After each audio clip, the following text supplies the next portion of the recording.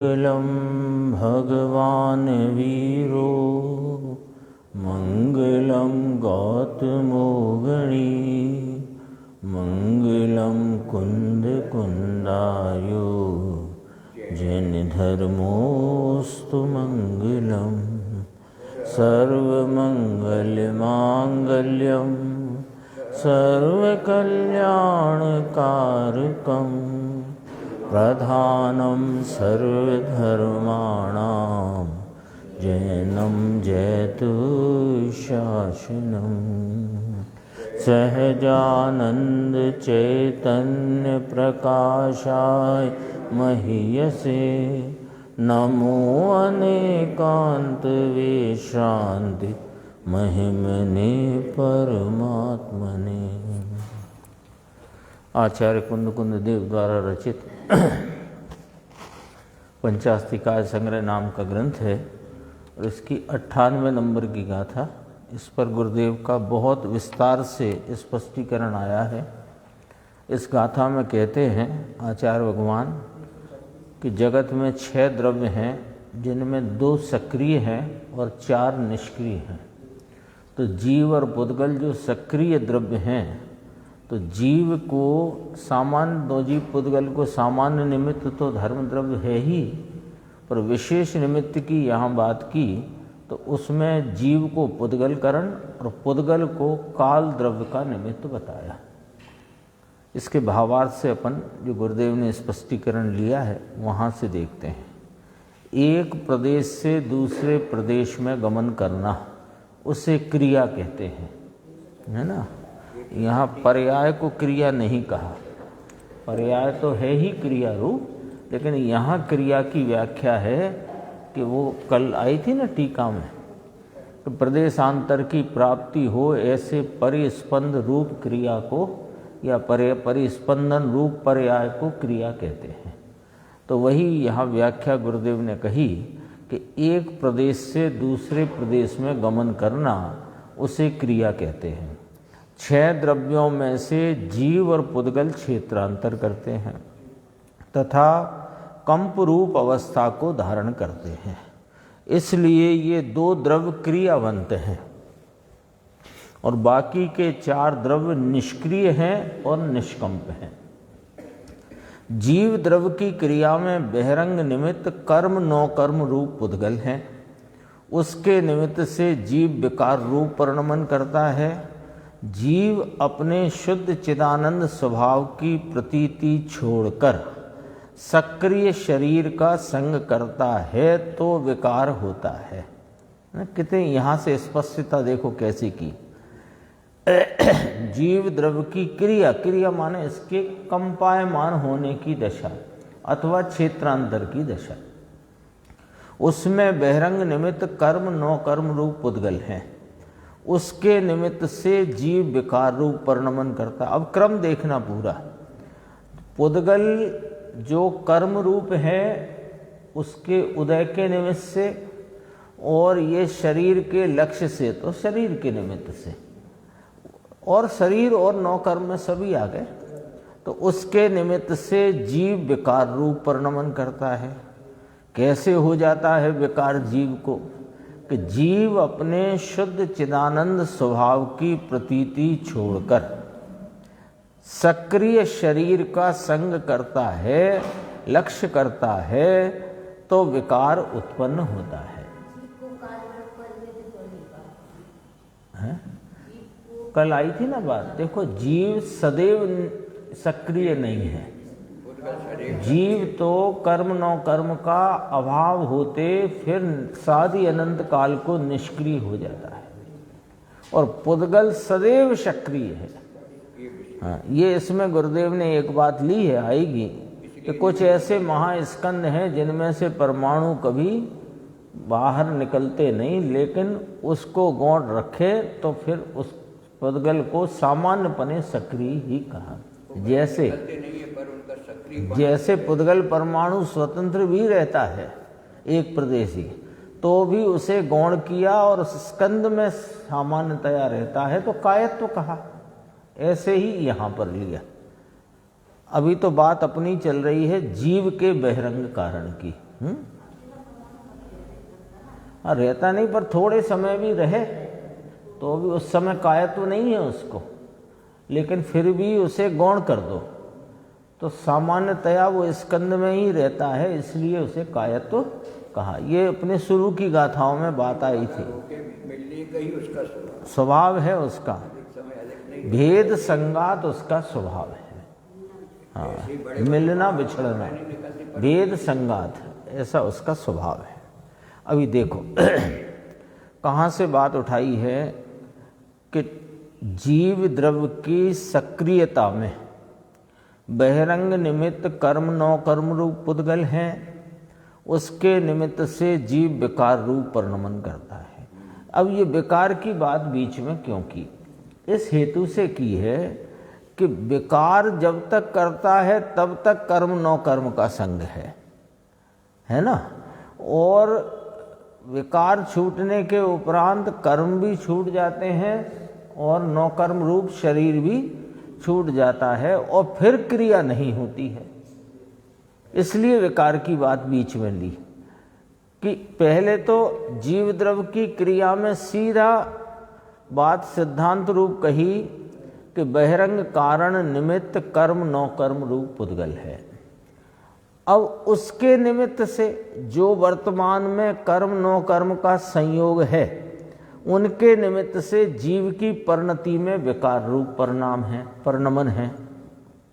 क्यों हो जाता है? जीव का तो स्वभाव ही निर्विकारी है। फिर क्यों हो जाता है कि यह अपने शुद्ध चिदानंद स्वभाव की प्रतीति छोड़कर सक्रिय शरीर का संग करता है, तो इसकी परिणति में विकार उत्पन्न होता है। शरीर कर्म इत्यादि तो निमित्त मात्र हैं, विकार रूप अपराध तो ये स्वयं करता है। निमित्त को नहीं छोड़ना है, निमित्त छोड़ देंगे तो विकार मिट जाएगा, ऐसा नहीं कहना है। विकार मिट जाता है तो निमित्त छूट जाते हैं, ऐसा कहना है ऐसा कहना है। पर पदार्थ को निमित्त बनाना या उड़ाना, हटाना, यह तेरे हाथ में है क्या? अर्थात कि तू राग देश कर तो शरीर और कर्म को निमित्त कहा जाता है, और राग देश न करे तो शरीर और कर्म को निमित्त भी नहीं कहा जाता। और जीव का स्वरूप, अब जो आपका प्रश्न था अब आया जवाब। जीव का स्वरूप सक्रियपना कायम नहीं रहता। हाँ, चैतन्य स्वभाव ज्ञान मूर्ति अरूपी गुण का पिंड है, शरीर पर है, विकार कृत्रिम है, स्वभाव विकार रहित है। कितनी बात आई? चैतन्य स्वभाव ज्ञान मूर्ति में अरूपी गुणों का पुंज पिंड अभेद वस्तु हूँ। संयोग में शरीर है वो पर है, और परिणति में विकार है वो कृत्रिम है, और स्वभाव विकार रहित है। बोलो, सब खतौनी हो गई? सब अपने अपने खाते में है ना कितना है? एक लाइन में इतनी स्पष्टता है। बोलो, यह मैं चैतन्य स्वभावी ज्ञान मूर्ति अरूपी अनंत गुणों का पिंड हूँ। संयोग में शरीर है वो पर है, परिणति में विकार है वो कृत्रिम है, और मेरा स्वभाव सदैव विकार रहित है। ऐसा भान करके ले, भेद ज्ञान हो गया, यही भेद ज्ञान है। तो ऐसा भान करके स्वयं पर्याय के पुरुषार्थ द्वारा जीव स्वयं शुद्ध दशा को प्राप्त करे, तब पुद्गल कर्म और नौ कर्म का अभाव होता है। और है ना, पे इतनी बात, ऐसा भान करके स्वयं पर्याय के पुरुषार्थ द्वारा, ये इसमें बहुत बात गंभीर कह दी इतनी सी पंक्ति में। स्वयं पर्याय के पुरुषार्थ द्वारा, यानी पुरुषार्थ रूपी जो कार्य है वो पर्याय में होता है, स्वयं से होता है। स्वयं के पुरुषार्थ का कार्य स्वयं पुरुषार्थ से होता है। तो कोई कर्म रास्ता देगा अथवा निमित्त दूर चले जाएंगे तब ये पुरुषार्थ होगा, ऐसा बिल्कुल नहीं है। और विकार किया तब उन्होंने विकार कराया, उनका संयोग था कर्म का उदय था, शरीर आदि संयोग था, इसलिए विकार हुआ, ऐसा भी नहीं है। बोलो, स्वयं ने विकार किया स्वयं को भूलकर, और स्वयं का भान करके स्वयं जब पुरुषार्थ रूप परिणमन करता है तो विकार उत्पन्न नहीं होता। तो फिर क्या होता है कि स्वयं शुद्ध दशा को प्राप्त होता है।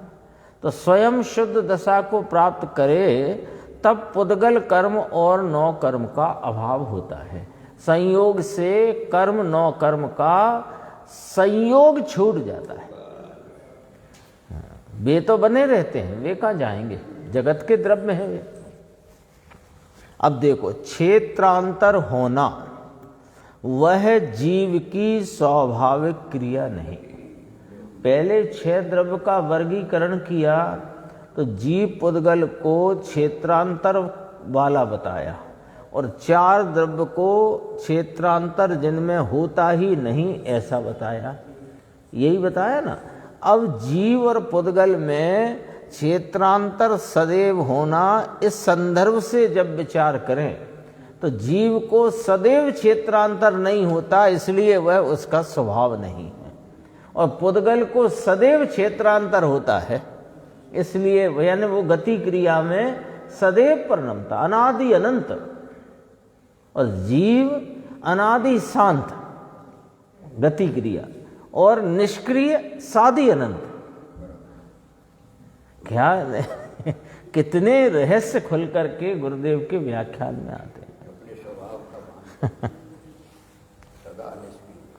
यानी ऐसा बिल्कुल स्पष्ट चित्रण करते हैं गुरुदेव श्री। कहाँ बताओ, कहाँ अपने को अटकन होती है, सब साफ बात है, एकदम साफ। हाँ, नहीं कोई किसी के छप नहीं सकते बोले हुए के, क्योंकि कभी ना कोई स्खलन हो, वो स्खलन ही छप जाए। यहां तो है ही नहीं स्खलन। क्षेत्रांतर होना, अब देखो ये पॉइंट नोट किया जाए। क्षेत्रांतर होना, गति क्रिया परिणाम होना, परिस्पंदन होना, यह जीव की स्वाभाविक क्रिया नहीं है।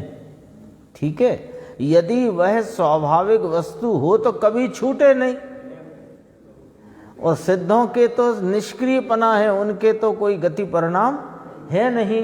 इसका मतलब ये जीव का स्वभाव नहीं, क्योंकि जीव का स्वभाव हो वो छूटे नहीं, जो छूट गया वो स्वभाव नहीं, स्वभाव मिटता नहीं। हाँ, निष्क्रिय रूप से रहना, अयोगी दशा में रहना, उस सिद्ध दशा रूप होना, वह स्वाभाविक दशा है। जीव स्वयं ज्ञाता दृष्टा रूप रहकर स्थिरता करे तो स्वाभाविक निष्क्रिय निष्कंप अवस्था रूप सिद्ध दशा को प्राप्त करता है। लो, सिद्ध होने की विधि कह दी।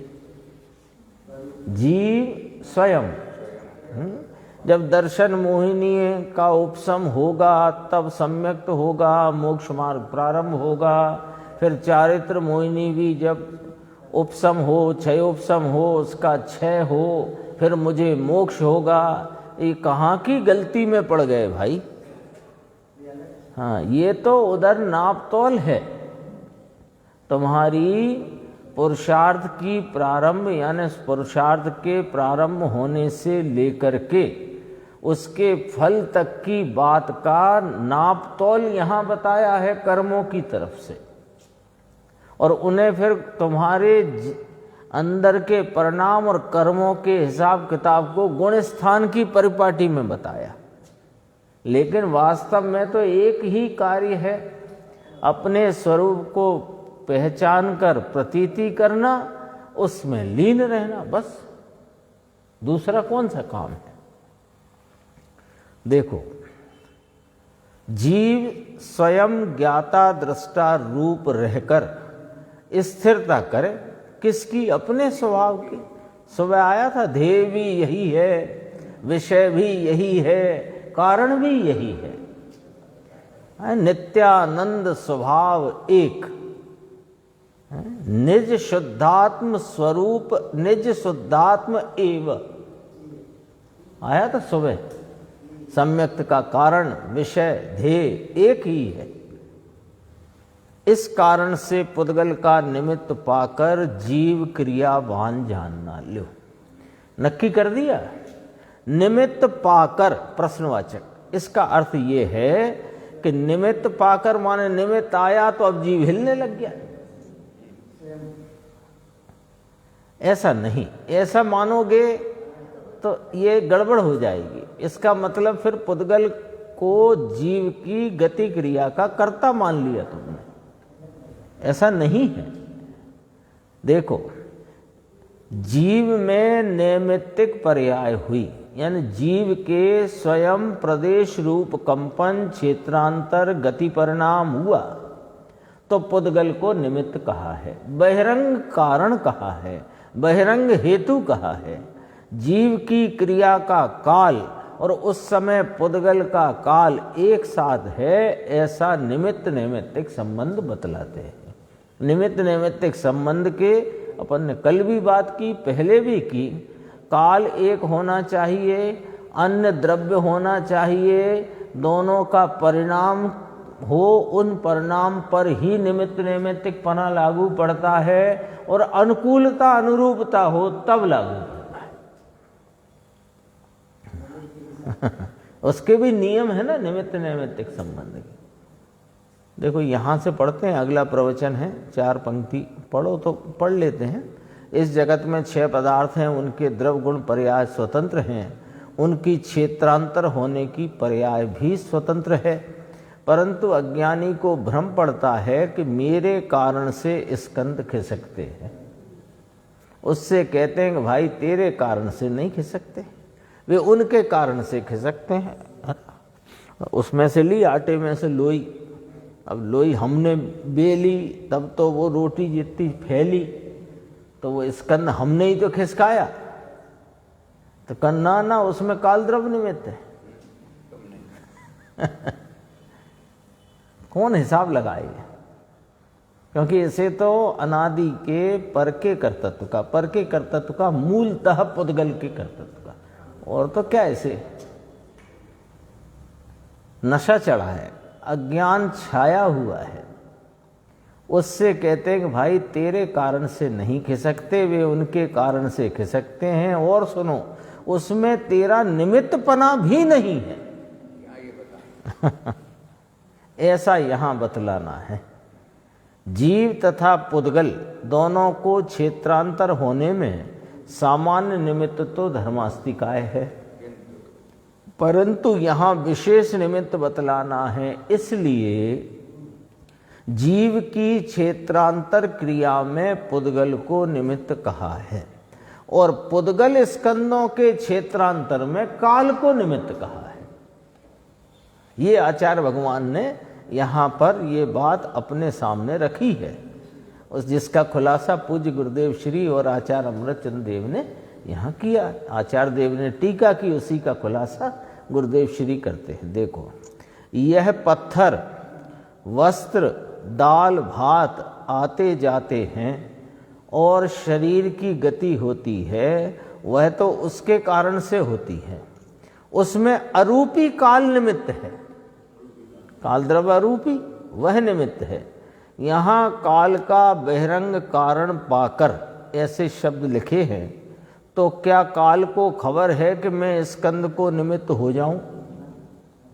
पुद्गल स्कंदों में नैमित्तिक दशा स्वयं अपने उपादान भाव से होती है, तब काल को निमित्त कहा जाता है, ऐसा उसका अर्थ है। जीव पुद्गल, अब धर्मास्तिकाय की सामान्य चर्चा करो तो भी यही का यही सिद्धांत खड़ा होता है।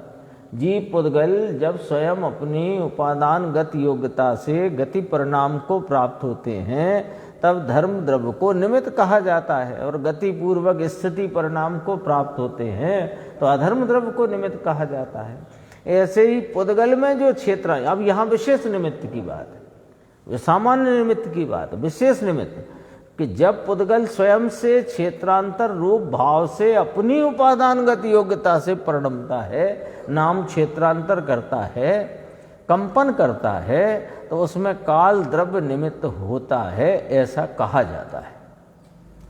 अज्ञानी जीव मानता है कि मेरी होशियारी से पैसे आते हैं और उन जड़ पदार्थों की व्यवस्था मैं कर सकता हूं। ऐसा मानने वाला मूढ़ है। अज्ञानी जीव व्यर्थ का अभिमान करके भटकता है।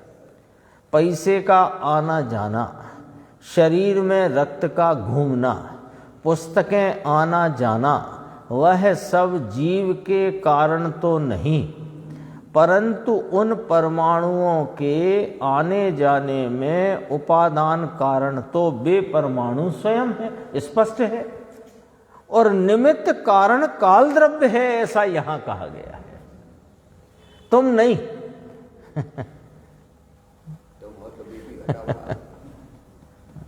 तुम नहीं। अपने को लगता ना रक्त संचार ठीक नहीं चलता है, ये करो, ये करो, प्राणायाम करो तो होगा, ये करो तो होगा। अरे तेरी इच्छा विकार से तुम परिणम सकते हो, अथवा विकार को छोड़कर स्वभाव रूप परिणम सकते हो। इतनी तुम्हारी हद है। काल द्रव्य पसरा नहीं है, काल द्रव्य असंख्यात काल द्रव्य एक एक प्रदेश पर रत्नों की भांति हैं। हाँ, तो पूरे लोक में काल द्रव्य रहे हुए हैं। निमित्त कहलाता है, बनने को उसे क्या बनना पड़ता है, वो तो अपनी जगह है। उसे तो काल द्रव्य है, अपने परिणाम से परिणमता रहता है। वो तो सक्रिय पने का कारण, वो तो क्या है कि ऐसा निमित्त किसको कहें कि एक तो निमित्त की उपस्थिति हो, तब तो निमित्त कहो। उपस्थिति ही नहीं हो तो निमित्त कैसे कहें? एक बात। परिणाम हो उसका, दूसरी बात। तीसरी बात, काल तो सबका समान हो सकता है, उसमें कोई दिक्कत नहीं, लेकिन परिणाम हो, उपस्थिति हो और अनुकूल बना हो, अनुकूल हो। हाँ। अभी कोई भी चीज है परिणमन कर रही है तो पहले तो धर्म द्रव्य को निमित्त बता ही दिया, वो सामान्य है ही, उसके लिए उसकी मनाही नहीं करी यहाँ पर। लेकिन यहाँ अब ये लिया कि ये जो दो द्रव्य बताए जगत के 6 द्रव्यों में 2 द्रव्य बताए क्षेत्रांतर वाले और 4 जिनका क्षेत्रांतर अनादि अनंत नहीं है। अब ये वर्गीकरण आया, पहले की गाथा में वर्गीकरण आया मूर्तत्व, अमूर्तत्व, चेतनत्व, अचेतनत्व। अब आया क्षेत्रांतर वाला भाव, तो 2 द्रव्य क्षेत्रांतर वाले बताए। अब इसमें ये विचार कराते हैं आचार्य भगवान कि जीव के क्षेत्रांतर सदैव नहीं होता और पुद्गल के क्षेत्रांतर सदैव होता है, तो फिर इनके बहिरंग कारण भी जुदा जुदा होने चाहिए। क्योंकि जीव के गति परिणाम में धर्मास्तिकाय निमित्त है, उपस्थित है, परिणमन है उसका, और गति हेतु तो गुण का भी परिणमन है, लेकिन फिर भी सिद्धों के सक्रियपना नहीं है। तो इसमें से 2 बातें निकल आई कि एक तो जीव का स्वभाव नहीं है क्रिया परिणाम, विभाव रूप क्रिया है वो, स्वभाव रूप क्रिया नहीं, ये भी स्पष्ट हो गया। और पुद्गल के वो स्वभाव रूप ही क्रिया है। तो अब ये 2 हिस्से पड़ गए ना अलग अलग। अब दोनों में सामान्य पने तो धर्म द्रव्य को निमित्त कहा, लेकिन अब यहाँ तो 2 अलग अलग डिजाइन देखने को आई।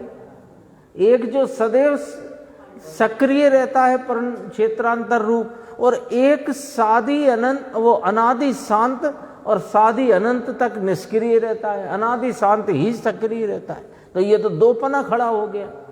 अब 2 पना खड़ा हो गया तो अब निमित्त में भी 2 पना चाहिए। तो जीव को पुद्गलकरण और पुद्गल को कालकरण, ऐसा करके गाथा सूत्र में आचार्य भगवान ने कहा है। उन परमाणुओं के मूल तो उपादान पकड़ना है। जब भी निमित्त से कोई कथा हो, कथन हो, तो पहले उपादान पकड़ो, फिर निमित्त को पकड़ो। उन पकड़ो माने जानो, पकड़ने का अर्थ है उन परमाणुओं के आने जाने में उपादान कारण तो वे परमाणु स्वयं हैं और निमित्त कारण काल द्रव्य है, ऐसा यहाँ कहा है। क्यों कहा है वो अपन ने अभी बात की। जीव को निमित्त रूप से भी यहाँ नहीं लिया। पुद्गल के क्षेत्रांतर परिणमन में, क्षेत्रांतर क्रिया में जीव को निमित्त रूप भी नहीं लिया। जीव तो आ गया, देखो, जीव तो अपने में राग द्वेष करे अथवा समझकर वीतरागता लाए, इसके अतिरिक्त दूसरा कुछ नहीं कर सकता। इसकी तो मर्यादा इतनी है। यहां काल को सहकारी कारण कहा, किसमें? पुद्गल के क्षेत्रांतर परिणमन में। सहकारी अर्थात साथ में होता है। अब देखो समझाते हैं। शरीर तथा उंगली इत्यादि गति करते हैं, उसमें काल सहकारी कारण है। लो, जीव नहीं, जीव की इच्छा नहीं, जीव का ज्ञान नहीं। बोले देख, ऐसे कैसे कह रहे हो आप? देखो, हमें अचानक से कषाय तीव्र हुई किसी के प्रति, तो कषाय तीव्र हुई तो क्रोध रूपी विकार खड़ा हो गया और हाथ उठ गया। तो हाथ उठने में वो क्रोध कषाय निमित्त है कि नहीं है? क्रोध कषाय को निमित्त कहो तो वो भी कर्म बंध की व्यवस्था में कहा। वहां भी जो कर्म बंध हुआ है, वो जो कर्म आश्रवित होकर के वहां रुक गए हैं, उसमें भी काल कारण है, यानी काल ही निमित्त है विशेष रूप से। जीव तो उसमें भी निमित्त नहीं है, लेकिन एक कर्म बंध की व्यवस्था है ना, जीव के उपार्जित कर्म। वो जो व्यवस्था जो है संसार चक्र की, उधर जब समझना हो तो वो ही सिद्धांत लगता है। लेकिन यहाँ तो इस बात को समझना है कि जीव की सक्रियता सदैव नहीं है और पुद्गल की सदैव है, तो दोनों के बहिरंग कारण जुदा जुदा होने चाहिए। ये न्याय रखा गया। कोई कहेगा कि आप तो पहले तो आप तो एक गाथा पे इतनी बात कर रहे हो, कर्म सिद्धांत के तो महान मोटे मोटे सिद्धांत ग्रंथ रखे हुए हैं, जिसमें स्पष्ट आचार्य परमात्मा ने सर्वज्ञ देव ने फरमाया है कि जीव की रिक्षा राग विकार के निमित्त से कर्म बंधन होता है, ऐसा फरमाया है। तो हमने कहा ठीक है, कल अपन ने बात की थी, उसमें जो प्रकृति बंध, स्थिति बंध, प्रदेश बंध, अनुभाग बंध है, उसमें जो प्रकारता है, उसमें आप कहो उसका निमित्त बना। लेकिन कर्मों का आश्रवण होकर आकर के वहां ठहरने का जो क्षेत्रांतर परिणमन है, उसमें हम कालद्रव्य को निमित्त कहेंगे, जीव को निमित्त नहीं कहेंगे। क्योंकि जीव का नहीं हो जब विकार परिणाम, तब भी कर्मों का आना जाना, कर्म वर्गणाएं है ना, तो उनका आना जाना तो चालू रहता है कहीं। हाँ, उनको होता है ना, कौन सा ईरिया पथाश्रव है कि नहीं? तो उसमें कौन निमित्त कहोगे? अब ईरिया पथाश्रव है, आते और चले जाते हैं, बंधते नहीं है, आते तो हैं। अब किसको निमित्त कहें? बेकार तो है ही नहीं वहां। ये तो जिनवाणी है भैया, इसमें एक बात भी सच कहते हैं। ये ऊपर ऊपर से पढ़ने की भी बस, मतलब पढ़ के समझ में नहीं आएगा ना मंतव्य, और ये याद करने की चीज नहीं। आप रटा रटी करोगे तो आप समझ नहीं पाओगे, ये पक्की बात है। हाँ, क्योंकि रटा रटी में फिर वो सारा का सारा आपका जो उपयोग है वो रटने में जाता है, तो वो शब्दों में अटक जाती है रेलगाड़ी। या तो समझ लो तो याद रह जाता है, ऐसा क्षयोपशम में स्वतः विकास होता है। ऐसा निर्णय करो तो वो हमेशा, तो नक्की करो, पक्का करो तो रह जाएगा याद, कहाँ जाएगा। जब हम छोटे थे तो पता नहीं लगता था बायां हाथ कौन सा है, दायां कौन सा है, तो ये चेचक के टीके देखते थे, ये बायां होएगा। अब तो नहीं देखना पड़ता, रटा थोड़ी था उसके लिए। यहां काल को भी सिद्ध करते जाते हैं। या काल द्रव्य की सिद्धि भी करी इससे।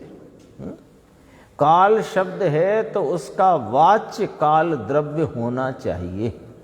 शब्द हो और वस्तु ना हो ऐसा नहीं होता, क्योंकि वाच्य वाचक नियोग ऐसा ही है। जैसे सर्वज्ञ शब्द, इसका एक उदाहरण आता है, किसी वो चर्चा याद आ गई कि गधे के सींग नहीं होते, आकाश में फूल नहीं होते, तो कहा कि देखो वाच्य तो है, वाचक तो है, आकाश में फूल नहीं है। तो हमने कहा कि आकाश वाचक है, उसकी वस्तु है, फूल वाचक है, वो भी वस्तु है, और निषेध करने का भी भाव है, वो भी वस्तु है, निषेधात्मक। तो नहीं होते कहा ना, तो ये तो वो जो वाच्य वाचक नियोग तो तब फेल होगा, तब वह निरर्थक होगा जब आकाश शब्द हो और वस्तु ना हो, और फूल शब्द हो और वस्तु ना हो।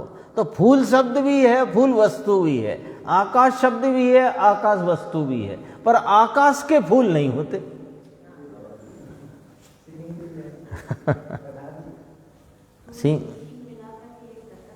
हाँ, तो वाचक तो है ना। गधे के सिर पे सींग नहीं होते, तो गधा भी होता है, सिर भी होता है, सींग भी होते, पर उसके सिर पे नहीं होते, ये कहा हमने। वाचक वाच्य नियोग कोई निरर्थक नहीं हो गया है ना। ये चर्चा इसी ग्रंथ में आ गई है, अर्थ समय, शब्द समय और ज्ञान समय आइए ना। उसमें बहुत स्पष्ट कहा, ज्ञान स्वपर पदार्थों को जानने वाला है, शब्द स्वपर को कहने वाला है। उसकी ज्ञान में स्वपर को कहने की शक्ति नहीं, शब्द में स्वपर को जानने की शक्ति नहीं, कहने की शक्ति है। और स्वपर कौन के भी अर्थ समय हो गए ना तीनों। काल शब्द है तो उसका वाच्य काल द्रव्य होना चाहिए। शब्द हो और वस्तु ना हो ऐसा नहीं होता। जैसे सर्वज्ञ शब्द है तो उसका वाच्य सर्वज्ञात्मा भी है, उसी प्रकार काल द्रव्य है तो काल अरूपी पदार्थ है। पुद्गल स्कंदों की सक्रियता में काल निमित्त है। अब समझाते हैं, ये पैसा इत्यादि मैं लाता हूं ऐसा अज्ञानी जीव अभिमान करता है भाई। उस वस्तु का वर्तमान सत है या असत है, बताओ। पैसा है ना, पैसा, गड्डी 50,000 की, तो 50,000 की जो गड्डी है वो पुद्गल परमाणुओं का स्कंद है, वो जगत का सतरूप पदार्थ है कि असतरूप है? सतरूप है ना। अब उसको देखो, वर्तमान सत है, क्योंकि सत सदैव वर्तमान होता है, इसलिए वह उससे है, वो जीव से नहीं। क्योंकि सत वर्तमान ही होता है, सत अहेतुक होता है, सत स्वयं सिद्ध होता है।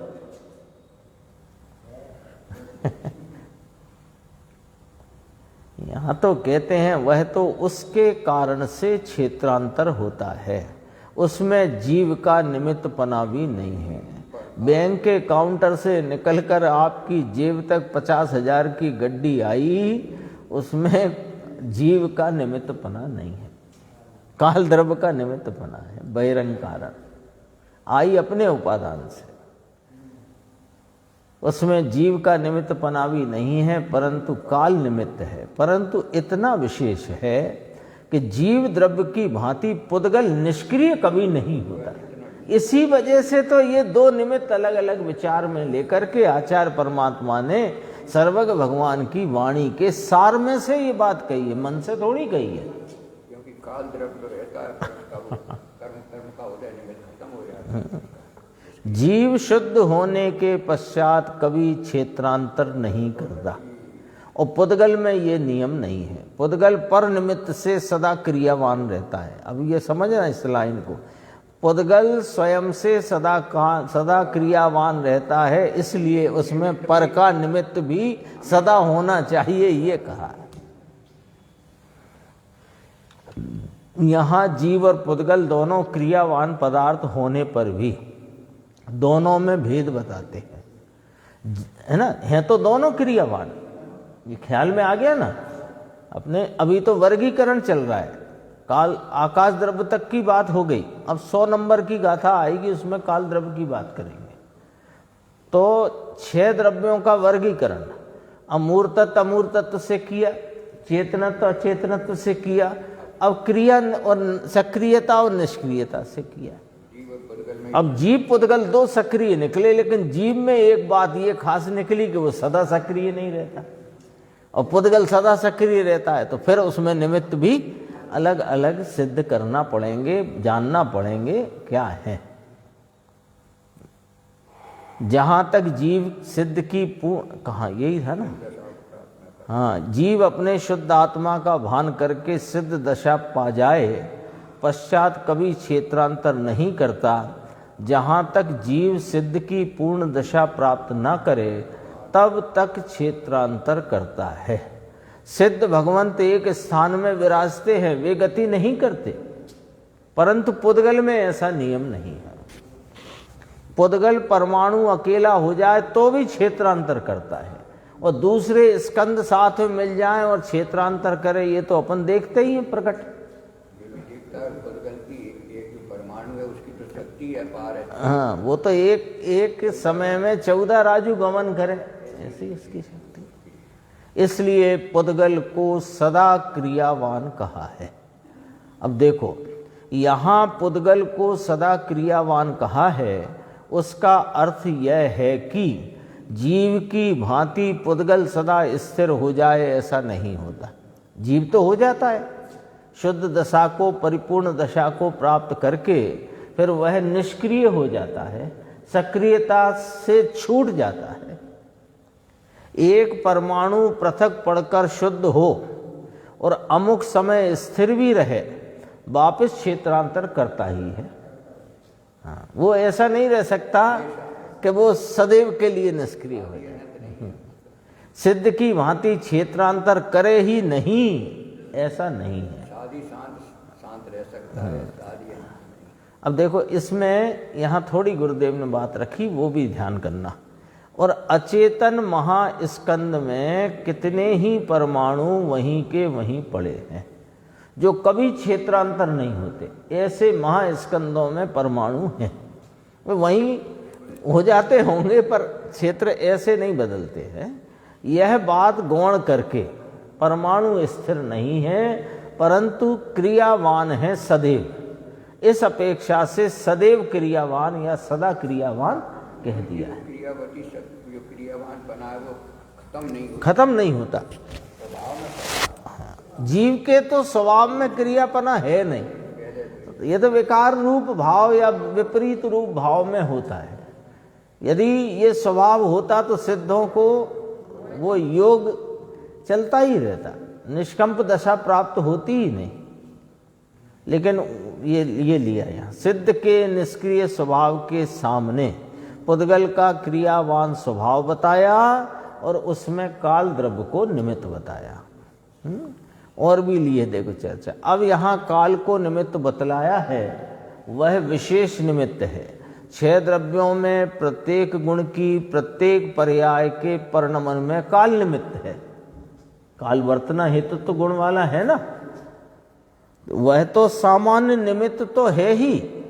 उन 6 द्रव्यों में अब देखो गुरुदेव ने स्पष्ट किया, जो अपन अभी चर्चा कर रहे थे उसी की खुलासा है कि उन 6 द्रव्यों में से क्रियावान जीव और क्रियावान पुद्गल दोनों को भिन्न किया। उन 2 के क्षेत्रांतर में सामान्य निमित्त धर्मास्तिकाय है। अब 2 में विशेष निमित्त का भेद बतलाया कि जीव के क्षेत्रांतर में कर्म नो कर्म निमित्त है, वो पुद्गल है, और पुद्गल स्कंद के क्षेत्रांतर में काल निमित्त है। ऐसी यहाँ विशेष निमित्तों की बात ली है। और कितने ही पुद्गल परमाणु ऐसे हैं कि जीव ने आज तक ग्रहण नहीं किए तथा भविष्य में भी ग्रहण नहीं करे। ग्रहण माने संयोग में नहीं आए, विकारमान वर्ण रूप नहीं हुए तो नहीं आए, नहीं वर्ण रूप नहीं हुए। तो जगत में संसारी जीव ने जितने परमाणु ग्रहण किए उससे अनंत गुणे अग्राह्य परमाणु इस जगत में हैं कि इसमें जीव कभी भी निमित्त नहीं होता। बड़े बड़े पहाड़ हैं जो कहते हैं कभी गमन नहीं करते, जो परमाणु आएंगे कहाँ, तो वो कभी संयोग में आए नहीं।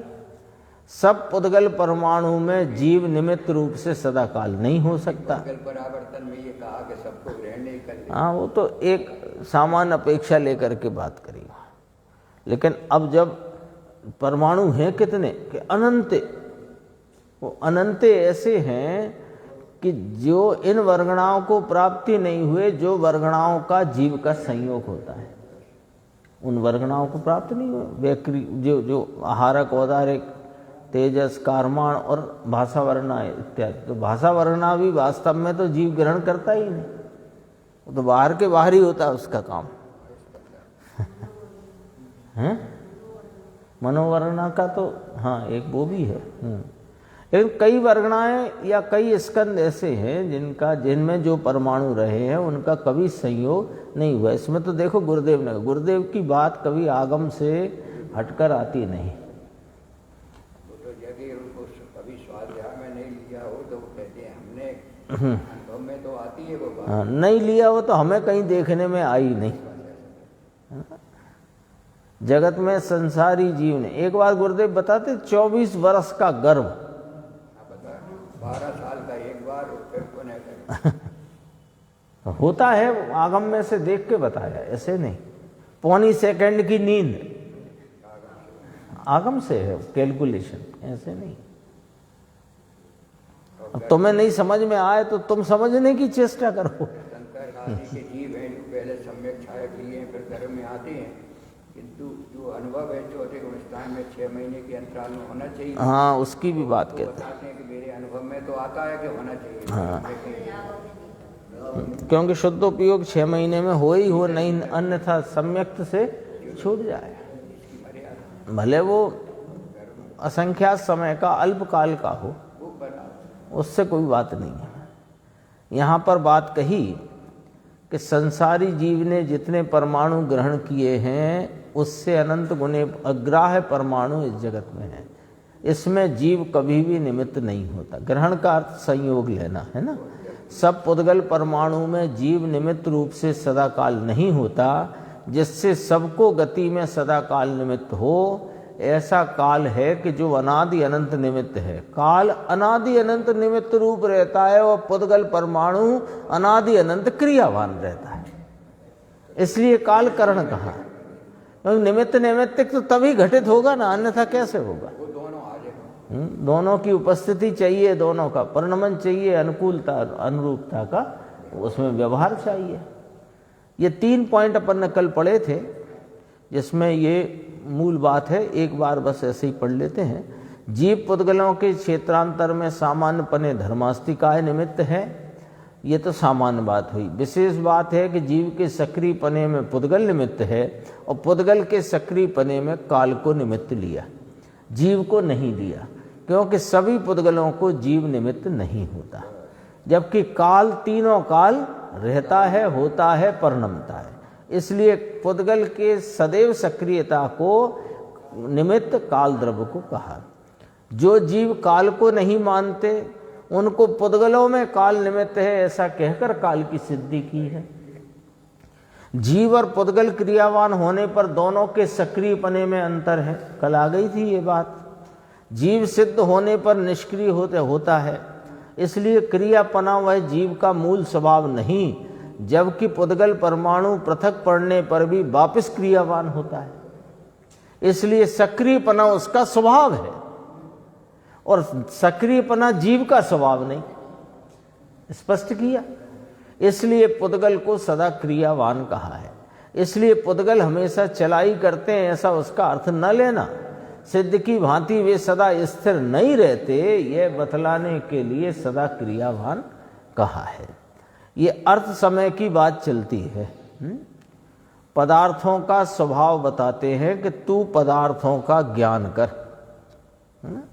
ये अर्थ समय की बात चलती है। जीव पुद्गल धर्म धर्म आकाश काल, ये अर्थ समय है, स्वयं पर पदार्थ है ना। तो यहाँ स्वभाव बताते हैं, तो उन पदार्थों का ज्ञान कर। आज जो गाथा आई थी 16वें नंबर की गाथा है ना, जिसमें कहा व्यवहार सम्यक्त का कारण 6 द्रव्य का ज्ञान सिद्धांत है, आया था ना व्यवहार सम्यक्त का।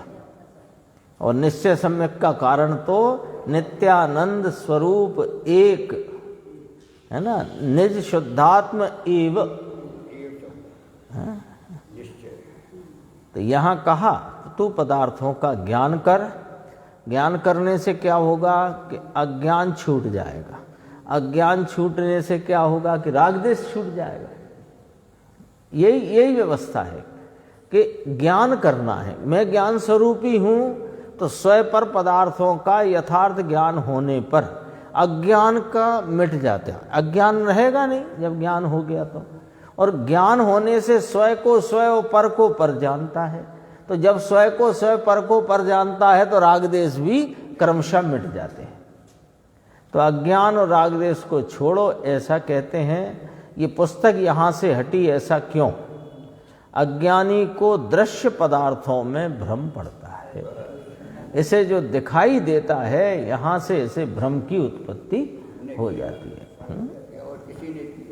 यहाँ कहते हैं उस पुस्तक का आना जाना तो उसके कारण से है, परंतु उसमें जीव का ज्ञान, इच्छा या हाथ, तीनों में से एक को भी यहाँ निमित्त नहीं लिया। मात्र तीनों काल रहने वाले काल अरूपी अदृश्य को निमित्त कहा है। अरूपी है ना वो तो, इसलिए संयोग के ऊपर से दृष्टि हटाओ। ऐसा क्यों? ऐसा क्यों है ना? ये इधर से ये गिर गई वस्तु, फूट गई, टूट गई, ऐसा कैसे हो गया? अपने घर में कांच का एक गिलास 2 रुपए का, 10 रुपए का टूट जाए, कैसे टूटा? क्यों गिरा? किसने तोड़ा? कितनी समस्या खड़ी हो गई। और यहाँ कहते हैं काल द्रव्य निमित्त है।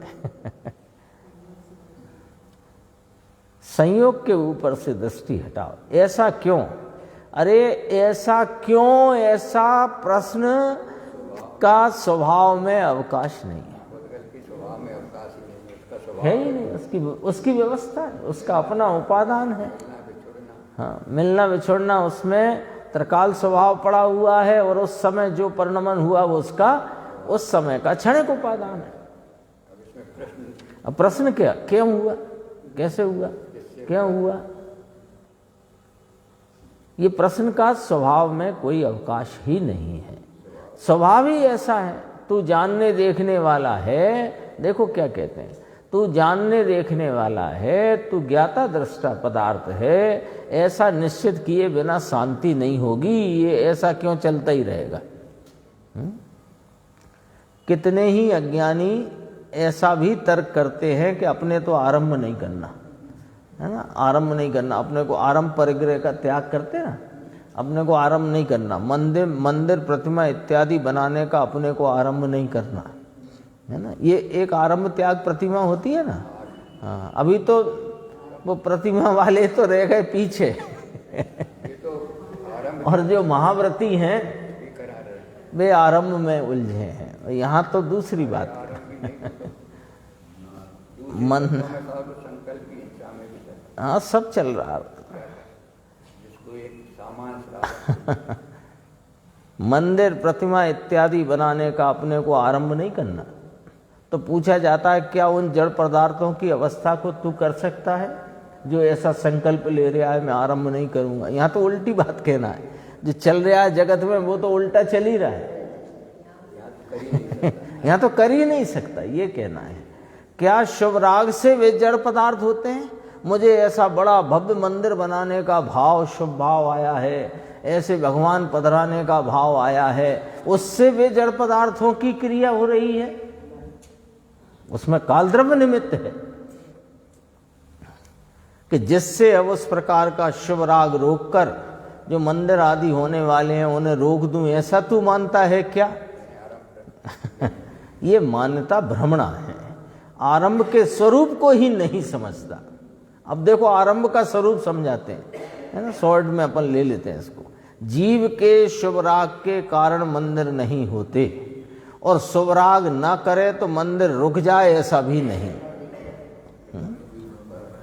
जो पदार्थ पत्थर लोहा इत्यादि जहाँ से जिस क्षेत्र से आने वाले हैं वहाँ से आएंगे, जहाँ रहने वाले हैं और मकान के स्कंद रूप होने वाले हैं वहाँ होंगे। मैं उन जड़ पदार्थों को बना सकता हूँ या रोक सकता हूँ, यह मान्यता मिथ्या दर्शन शल्य है और यही महाआरंभ है।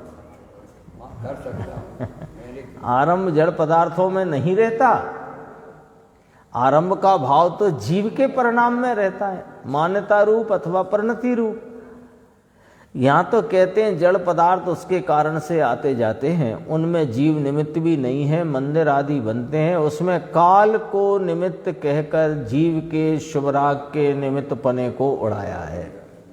इसलिए संयोगों के ऊपर, अब देखो कहाँ तक बात पहुँचनी है, संयोगों के ऊपर और शुभराग के ऊपर की दृष्टि को हटाओ और शुद्ध चिदानंद स्वभाव पर दृष्टि करो। परमाणुओं का क्षेत्रांतर होकर मकान के स्कंदरूप अवस्था होना, उसमें जीव के ज्ञान को, इच्छा को या हाथ को निमित्त नहीं कहते, मात्र अदृश्य काल को निमित्त कहकर बहुत सूक्ष्म बात की है। भेद ज्ञान के हेतु से की है भाई। यहाँ हेतु क्या है? भेद ज्ञान का। जहां तहां मैं करूं, मैं करूं, मैं करता हूं, निमित्त तो हूं ना।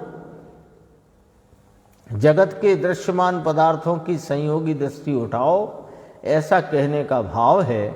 और सब जड़ पुद्गलों में जीव निमित्त नहीं होता है, इसलिए जीव का निमित्तपना उड़ाकर तीनों काल रहने वाले काल द्रव्य को निमित्त कहा गया है। इसलिए पुद्गल के कर्तापने का जो जीव ने अहंकार पाला है, उसे उड़ाया है। पुद्गल को सदा क्रियावान कहा। उसका अर्थ ऐसा है कि जब क्रिया करता है तब क्रियावान समझना, परंतु सदा चलता रहता है ऐसा उसका अर्थ नहीं है। परंतु जीव सिद्ध दशा प्राप्त करने के पश्चात क्रियावान नहीं होता, निष्क्रिय ही हो जाता है। परंतु परमाणु पृथक करने के पश्चात और स्थिर होने के पश्चात वापस क्रियावान होता है। पुनः से इतना बतलाने के लिए पुद्गल परमाणु को या पुद्गल को सदा क्रियावान कहा है, ऐसा कहा गया। सदा क्रियावान है ऐसा, ये हो गई अपनी 98 तक की चर्चा।